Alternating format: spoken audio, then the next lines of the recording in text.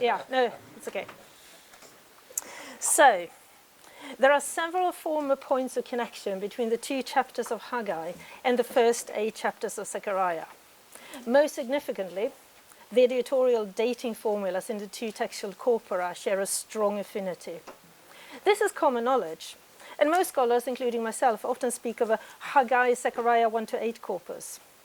My aim is not to challenge this consensus, but maybe to rock the boat just a bit. My question is whether, apart from these formal criteria, the respective messages of Haggai 1-2 and Zechariah 1-8 really agree with one another when taking a closer look at them. Do we assume similarity rather than observe it, merely because the 2 textual corpora are dated to the same time period and presumably speak about that same time period? This question ultimately belongs in the area of redaction criticism. Is the presumed affinity ultimately a matter of redaction? Just as there are strong consensus among redaction critical scholars that the introductory dating formulas are later editorial additions, so there is an equally strong consensus that the material about the temple in, say, Zechariah 4:6-10, which focuses on the building of the temple, is editorial in character. To demonstrate that in dialogue with the biblical texts, let us look more closely at the respective messages of Haggai on the one side and Zechariah 1-8 on the other. Let us begin with the views of the temple as presented in the book of Haggai. The temple stands very much at the foreground of its message. In fact, all of chapter 1 effectively deals with the disrepair of the temple and the need to rebuild it. Verses 12-14 sums it all up. Due to the prophet's words, Zerubbabel, Joshua, and the rest of the people began building. Haggai 2 continues very much in the same vein. Haggai 2:4-5 speak anew of the temple and the need for its rebuilding. What can be observed is the closeness with which the message about the temple is connected to the 2 leaders, Zerubbabel and Joshua. The same focus can be observed also in verses 7-8, where the nations are predicted to come laden with gifts to the new temple, to reach the climax in verse 9. The tone is more critical in 2:10-14, where the focus shifts from the building of the temple to the cult and personnel, yet the interest in the cult persists. A related situation can be observed in the following pericope in Haggai 2:15-20, where the focus returns to the ruined state of the temple and its repercussion on the fertility of the land. It is only in the last oracle in 2:20-23 that there is a shift in focus, from the local concerns connected to the temple to the more cosmic significance of Zerubbabel. None of this is, of course, new. It is well known that Haggai's single overarching message concerns the temple. With words such as "buy it" occurring frequently, the temple is indeed hard to miss. And yet this impression is worthwhile reiterating, merely to highlight the contrast in Zechariah 1-8, where a wholly different picture emerges. Looking for the temple in Zechariah is hard work. I shall look for words such as "buy it" and "heichal." At the same time, following the footsteps of David L. Peterson, I should refrain from falling into what I consider to be the trap of equating Jerusalem with the temple. In his article, Zechariah's Vision, a Theological Perspective from 1984, Peterson argues convincingly that although the temple is situated in Jerusalem, the 2 concepts should not be conflated, and the difference between them should not be ignored.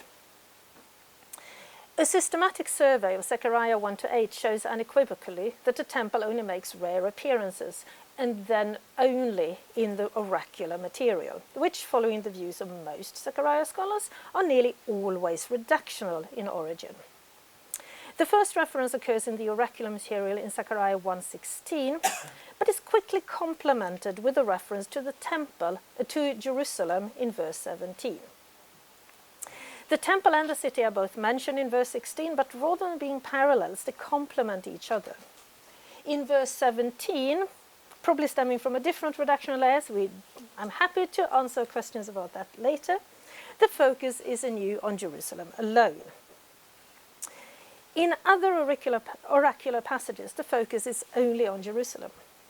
This is true also for Zechariah 2, 14 to 17, which speaks repeatedly about God's dwelling among daughters Zion, the root Shachan, and about his holy dwelling place, root Ein Vav Nun.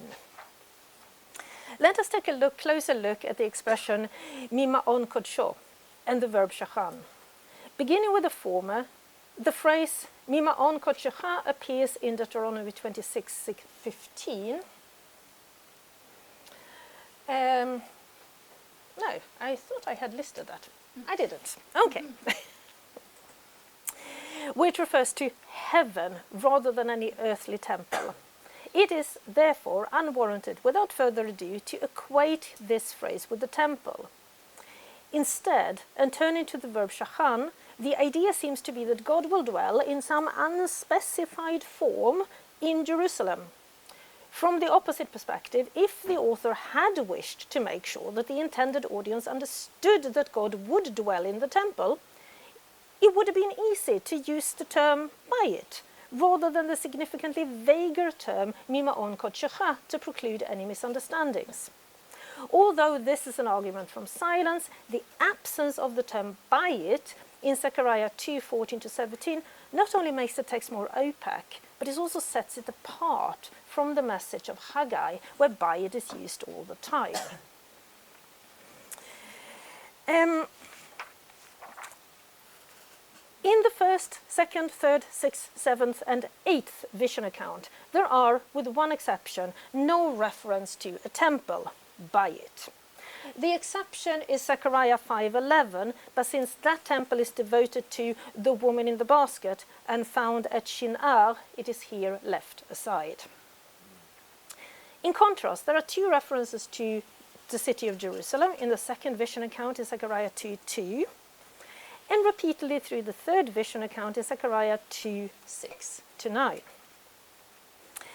As in the oracular material, in Zechariah 2:14 to 17, God is depicted in the second and third vision accounts as desiring to dwell, again in some unspecified manner, in Jerusalem. This vagueness raises the question of how exactly the intended audience may have visualized this divine presence, if not in a physical temple, and we shall return to that shortly. In contrast to the surrounding vision accounts, which never mention the Jerusalem temple in any unambiguous manner, the two central visions accounts constitute special cases. Beginning with Zechariah 3, the text falls structurally into two parts. Verses 1 to 5 contain the actual vision account, while verses 6 to 10 contain a series of divine oracles. Speaking from a redaction critical perspective, many scholars, including myself, regard either all of Zechariah 3 or, as I prefer, at least Zechariah 3, 6 to 10 as later additions to Zechariah's vision report. The reasons for this view are manifold, including differences in style, structure, and content. To analyze this account, let us begin with its setting. Although the scenario is clearly clerical, with Joshua the high priest as its prime player, the context appears to be the heavenly court, at least if we take the presence of God, the angel of the Lord, and the accuser in verse 1 seriously. This heavenly setting does not change in the second half, even though Joshua's priestly colleagues appear. In my view, the phrase "V're'echa yoshvim lefanecha" in verse 8 is not a spatial reference, but a matter of status. Joshua's priestly colleagues are lower in rank than he is, and they thus sit before him as his subordinates. The first half of the vision account never mentions the temple. Instead, it connects Joshua with Jerusalem in verse 2a. The accuser is to leave Joshua alone because God has chosen Jerusalem. The temple appears in the second half of the vision account. In the divine oracle in verse 7, we meet the term bayit in the curious statement, V'gamatata din et beiti. Most scholars understand the verb din here in the unique sense of governing. Personally, I prefer the more common meaning to judge, in the more negative sense that Joshua is to judge the temple, presumably in cases where its personnel do not adhere to God's rules and regulations. Summing up, the temple appears once in the oracular material in verse 7, where it has slightly negative connotations. Likewise, the city of Jerusalem appears once in the visionary material in verse 2, where it has positive connotations as being the place of God's choice. The vision account in Zechariah 4 presents an equally curious and varied picture.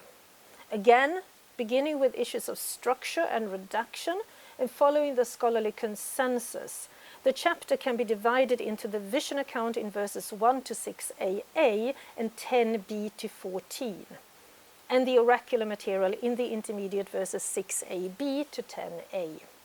Anew, there is a general scholarly agreement that the oracular material forms a later redactional edition. Beginning with the vision account proper, the term by it is never used. Furthermore, the visual scene is reminiscent of the temple, given the prominent focus of a lamp, which is reminiscent of, yes, not identical with the lamp in Exodus 25:31.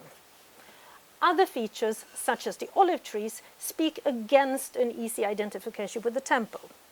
Understanding the lamp literally and the trees symbolically seems to me methodologically unsafe. Turning to the oracular material, we encounter a situation that resembles the one in Zechariah 3. Just as in Zechariah 3:7, the term by it appears in 4:9, and there is little doubt that it refers to the temple. Summing up this part, there is a marked difference between the earlier visionary and the later oracular material in Zechariah 3 and 4. While the earlier vision material in Zechariah 3, 1-5 and 6 and 4, 1, 6 and 10 to 14 refrains from referring to the temple, instead preferring to keep the locale uncertain and opaque, the later oracular material in Zechariah 3, 6-10 and 4, 6-10 uses the term by it and thus turns the earlier vision accounts into messages about the temple. The material in Zechariah 7-8 is a mixed bag. The temple appears most prominently in 7, 1-7 and 8, 9-13, while Jerusalem appears in the oracle in 8, 1-8 and the various ones throughout verses 14-23. The pericope in 7, 1-7 is centered around the priests who are attached, Lebet Adonai Tzevaot. I don't intend to go into all the textual intricacy of that verse, it's not relevant in the present context. What is interesting to note, however, is that the focus returns to Jerusalem in verse 7. In other words, there is no reference to when the temple stood, but when Jerusalem is inhabited and dwelt safely. Although this is an argument from silent, the absence of the temple in this verse is beckoning for attention. The next pericope in Zechariah 8, 1-8 is a showpiece in its focus on the city of Jerusalem and is concomitant silent about the temple. Jerusalem or Zion, or God's holy mountain, are mentioned explicitly in verses 2, 3, 4, 5 and 8. I've tried to highlight it with colours. Although it is of course possible to assume that the temple is included or even meant when the text refers to the city or God's mountain, it is, at least in my view, significant that there are no explicit references to it. This situation could not be more different in the next 4 verses. In the pericope of 8, 9-13,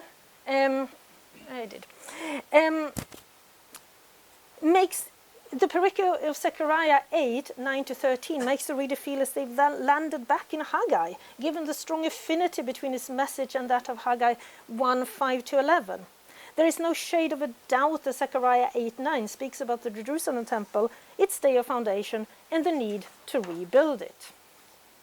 In sum, this is the first and the only time that the text of Haggai and Zechariah 1-8 align in complete harmony. They speak in unison as fellow collaborators.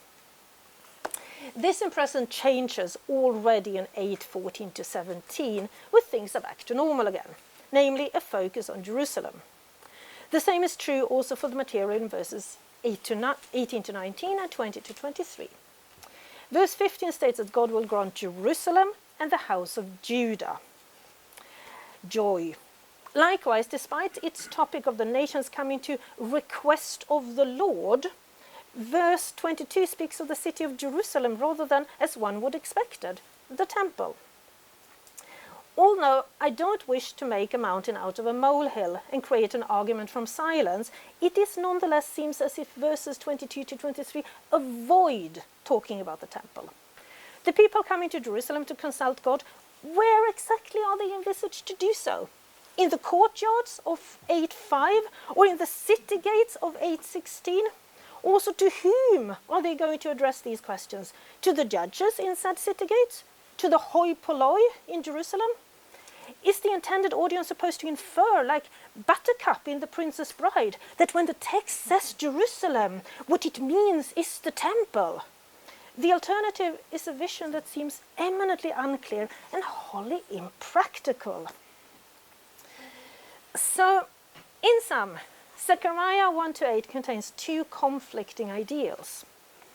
The original vision accounts never speak of the temple, and the same is true for several of the oracular statements. Among them, Zechariah 2:14 to 17, 8, blah, blah, blah, blah, blah. Instead, they express a remarkable different vision of a temple-less city. In contrast, in other oracular statements, such as Zechariah 4:6 to 10, 7:1 to 7, and 8:9 to 13, assign the central stage to the temple and its rebuilding. This contrast brings us to another set of texts, namely Isaiah 40 to 55 and Ezekiel. A comparison between these two texts show similar differences. Notably, as I have argued in another article from 2018, the temple plays a very, very small role in Isaiah 40 to 55, and I look forward to hear more about that from Sean later today. More exactly, the temple is referred to only once in Isaiah 44:28. And that verse is probably a gloss. And I'm not saying that because I want to get out of the problem. I'm saying that because that is what most scholars really think. Instead, the whole city of Jerusalem, rather than the temple alone, is envisaged to be God's dwelling place.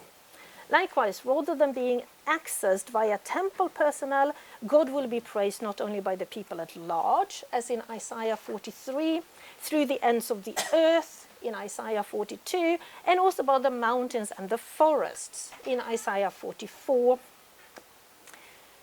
The situation described in Isaiah 40-55 stands at loggerhead with that in Ezekiel.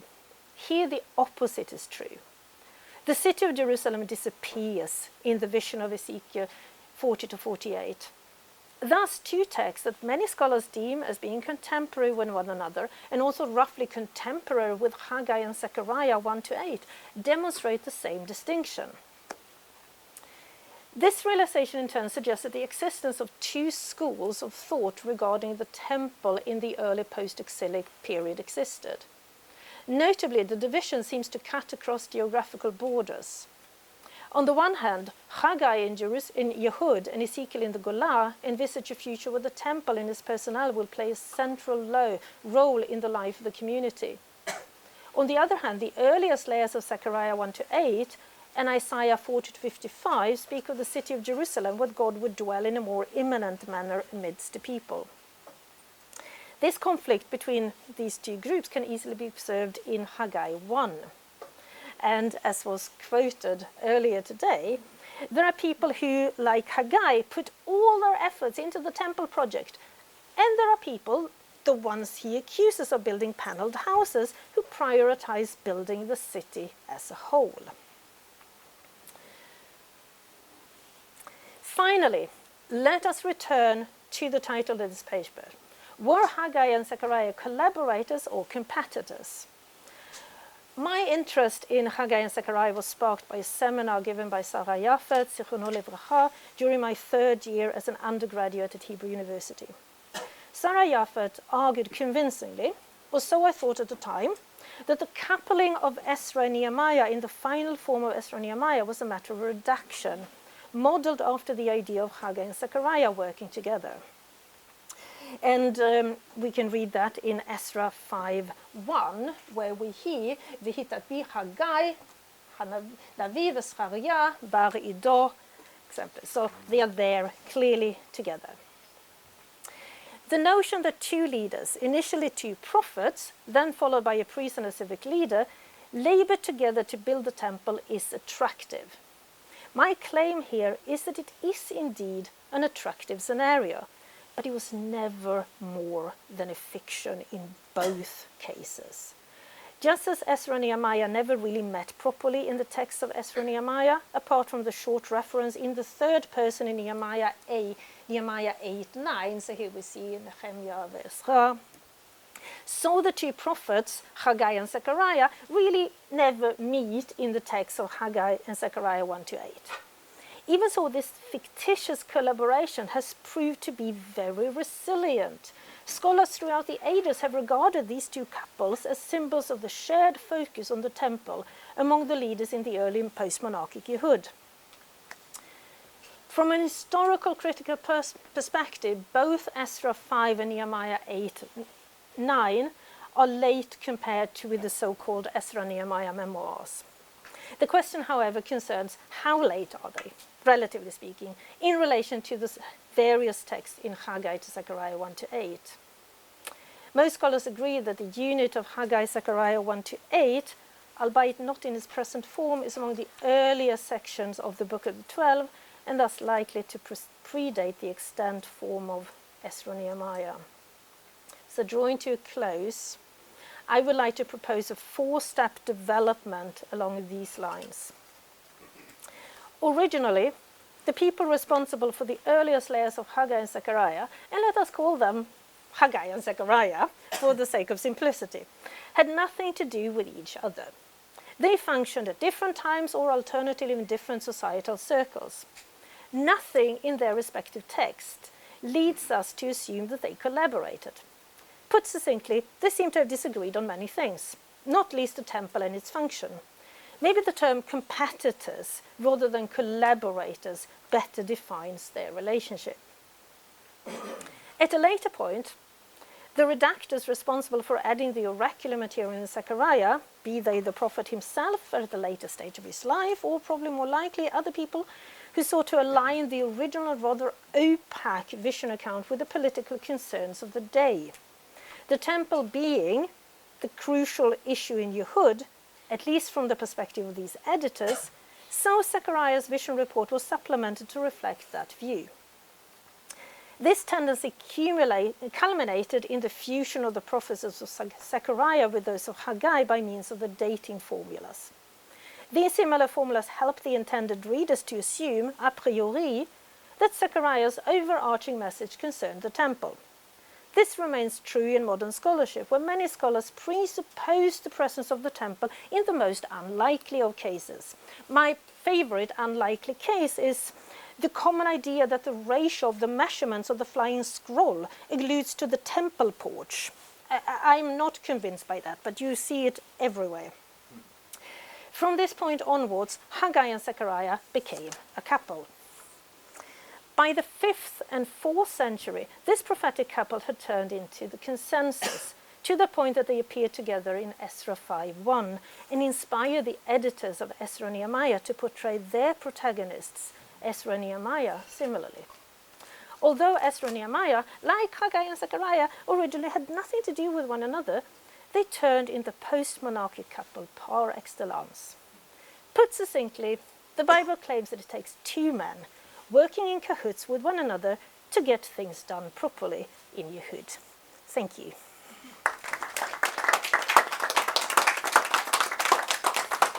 Thank you very much, Lena. We have some minutes for questions. Please. Sean, please. Thank you very much. That was very interesting. I agree with much of what you said. I just wanted to point out יש כאן איזה מיקרופון, אני רואה כאן, נכון? משה, אתה רוצה שהוא ייקח את המיקרופון? So I'll speak loud. I think. Yeah. Okay. Okay. I just want to speak. There's two verses where you have references to, two verses in Zechariah where you have references to Torah, which I think are helpful in explaining your point.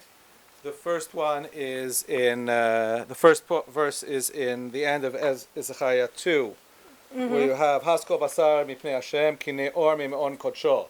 Might this be a reference to Hashkifa Mimeon Kodshecha Min Hashamayim in Dvarim Kavzayin, where the clear reference is the Meon Kodsho is in the sky, and so Neor Mimeon Kodsho is coming out of the sky, coming to earth. Where on earth? Yeah.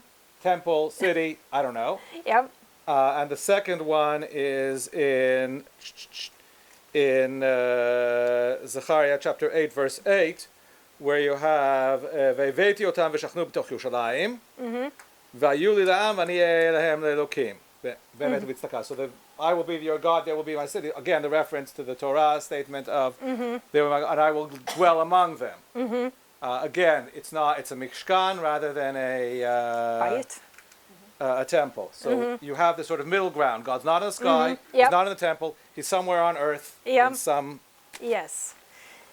Yeah, I mean, I think that is connected with what I want to say. I mean, you have the Isaianic passages that the Torah will come out of Jerusalem. It actually doesn't say that it will come out of the temple, even though we tend to assume that it does. So if I take Isaiah 40:55 and put that together, the idea is that God will do the teaching. It never says that the priest will do the teaching. It says that God will do it.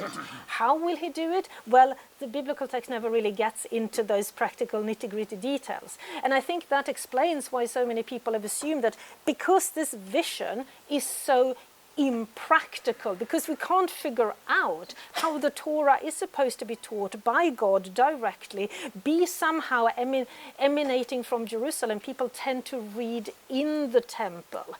And so I think absolutely it is connected. I am not saying that it's, so to say, it is reasonable to read the temple into these passages, but I think it's important to remember that the temple actually isn't there, and the Torah is also supposed to emanate from Jerusalem rather than from specifically the temple. So thank you for that.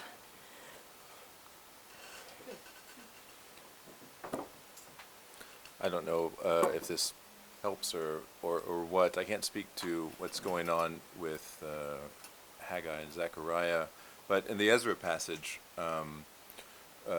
there's a literary reason that these two are put together, and that is in the context of the decree, the larger decree for which Tiemeyer is looking for who ordered this, and the reader is expecting to see a Baal Te'em and a Sofra.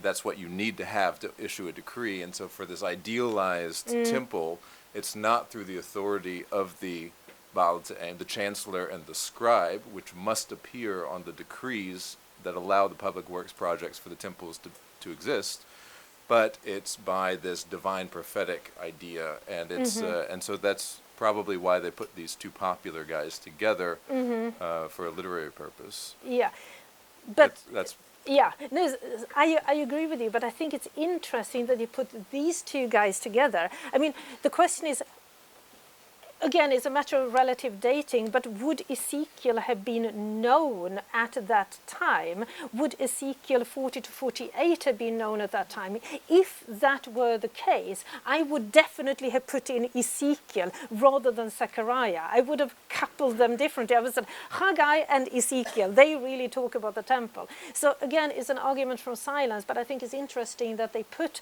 Haggai and Zechariah together, even though Zechariah doesn't really talk very much about the temple instead. But again, I don't think we can prove one way over the other, but what I want to say is that this coupling is not the most natural of coupling. But again, it's very speculative, would it in one direction and the other direction. But if I had been the editor, which of course, thanks be to God, I'm not, I would have put Ezekiel in there. If they know him, exactly. So that is very interesting and intriguing.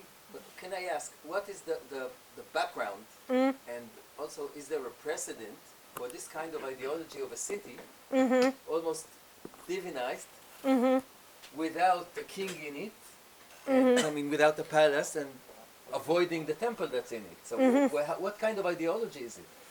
Yeah, that's it's a very interesting question, and I can't really answer it straight out. Of course, you have in the Psalms, you have the mixture. Some Psalms mentioning Jerusalem, some Psalms mention the temple. If you look at the historical reality, we have the city, we don't have the king.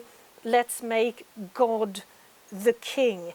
So I think it's the royal ideology. You exchange the king with, well, the king with the city, in a sense.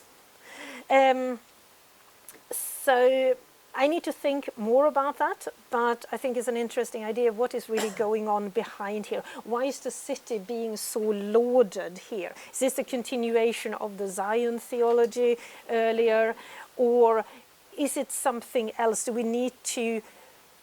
And again, it's interesting that some texts, like Isaiah and Zechariah, they put the city on a pedestal, and then again in Ezekiel, the city is hardly there. It disappears. It's there in the beginning, but then it's very sinful, and then it disappears, and instead you have the temple. So thank you for that. I'll think more about that.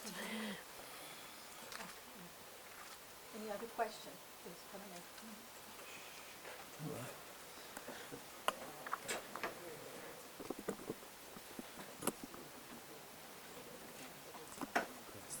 Thank you very much. Do you hear me? Yeah, thank you very much. And just about Zechariah 3, chapter 3, sorry. Do you hear me? Yeah. Okay, I see. Okay. So you suggested to separate between the vision and the oracle, but the vision is you have the high priest, and he says, remove the filthy clothes from him and put some clean clothes, and it's a nifat tahor, and so it is a temple thing. I mean, what is the high priest without a temple? So it doesn't say bait, it doesn't say temple, but it's a temple vision. So I agree with you, and that's when I said that speaking from a redaction critical perspective, Zechariah 3 is a text that is generally dated significantly later than the other visions. So most Zechariah scholars 3 speak of a original 7 vision sequence with the vision in Zechariah 4 as the pinnacle. And then, for various reasons, it was enlarged into 8. So Zechariah 3 is already, as the vision report in Zechariah 3, is already, again, according to most Zechariah scholars, significantly later than the other 7. So I agree with you. Yes, what is the high priest without a temple? But I think also there is more subtext to that. The fact that he is criticized, the fact that he is considered, he needs to be cleansed. There is some kind of subtle criticism also about the temple, in my view. But it's very subtle, and I'm not going to make a big thing out of it. It was a great lecture. Thank you so much. Sorry, yeah. Do you think the Persians would agree to sending Judeans from Babylonia to Judah without them building a temple? Isn't the temple building a crucial thing in the whole, from the Persian perspective? If you want to have a province of Judah without a temple, that doesn't make much sense. Yes, and again, I then return back to the notion of redaction criticism. Zerubbabel is never mentioned he is mentioned in Haggai, of course, and that is very pro-temple. Zerubbabel is not mentioned in the original vision report. He's only mentioned in the oracular material in the middle of chapter 4. So we are in total agreement with one another. Yes, it makes sense for Zerubbabel to found the temple, and that is then inserted into Zechariah's vision report. So again, there is alignment between Haggai, where he is mentioned, and the oracular material in Zechariah, where he is mentioned. Pardon? But not the Yeah, basic level. but not the basic level in Zechariah, and probably not if we do believe in a prophet, Zechariah, not in the prophet's text, but in the redactional layers of Do you Zechariah. believe in the man Zechariah? Do I believe in the man He Zechariah? was a priest there, wasn't he? I don't know what he. I mean, he was the son of Iddo, but so was he? I don't know. I have no problems believing in him, but I have also no problems. It's a question of belief. It's a question of belief. Yes. Okay, yeah, please, yeah. I would just point out that what you just said, and we don't really know what the Persians destroyed. I mean, we don't really know what the Persians' motivations were. And we don't really know what the motivations of the Persians were. You said, if the Persians, that was the whole. I mean, eventually a temple was built and a province was founded, but we don't know exactly, when and by whom and by what process, and what the Persians' motivation was in the whole thing. So, you're kind of reading the whole story through a very biblical lens, but not. No, I would say from the perspective, from an imperial perspective. But we don't really know when the imperial perspective, when that process actually happened. Not the building of the temple, but that seems to be, I think fairly clear. But when Yehud actually became an official province, and when the Persian Empire recognized it, and whether the Persians had anything to do with Yehud being founded as a province, and these are things that we really don't have any real evidence of. No. By Wednesday we will know. Okay, hopefully. Yes, definitely. Okay, I think this is a very good place to